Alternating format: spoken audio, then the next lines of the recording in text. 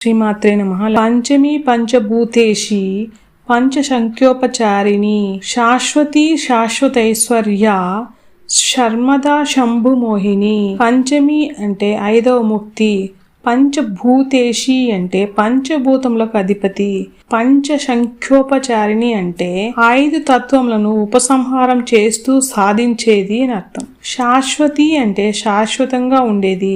శాశ్వతైశ్వర్య అంటే శాశ్వతమైన ఐశ్వర్యం కలది. శర్మదా అంటే సుఖ శాంతులను ఇచ్చేది. శంభు మోహిని అంటే శంభుని మోహించేది. అమ్మ, పంచమీ తిథి యొక్క అధిష్టాన దేవతవైన నీవు పంచభూతములను నీ ఆధీనంలో ఉంచుకున్న తల్లివి. పంచ ఉపచారములచే అర్చించబడు ఈశ్వరివి.